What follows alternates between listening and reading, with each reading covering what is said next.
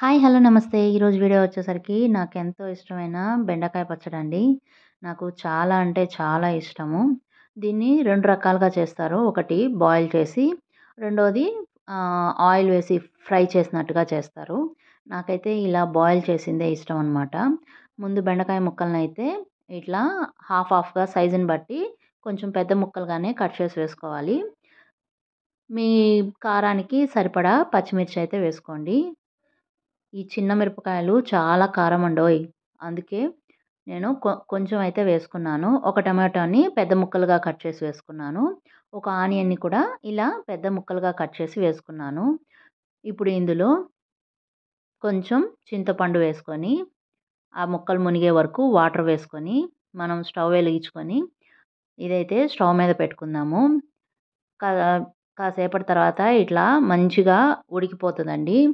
ఇలా వాటర్ అంతా ఇంకిపోయాక, మనం ఇప్పుడు ఇందులో ఒక 2 లేదా 3 వెల్లుల్లి రెబ్బల్ని ఇట్లా కచ్చాపచ్చాగా దంచుకొని అందులో వేసుకుంటే మంచి టేస్ట్ ఉంటుంది.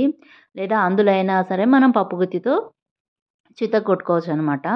దాంట్లో రుచికి సరిపడా ఉప్పు లేదంటే కల్లుప్పు గానీ వేసుకొని మొత్తం ఇట్లా స్మాష్ అయ్యేలాగా పప్పు గుత్తితో చేసుకుంటే సూపర్ టేస్టీగా ఉంటుందండి. వేడి వేడి అన్నంలో నెయ్యి, దీనికి కాంబినేషన్ కోడిగుడ్డు పొరటుతోటైతే సూపర్ అంటే సూపర్‌గా ఉంటుంది. వీడియో కనుక నచ్చినట్టయితే లైక్ చేయండి, షేర్ చేయండి. నా ఛానల్‌ని సబ్స్క్రైబ్ చేసి సపోర్ట్ చేయండి.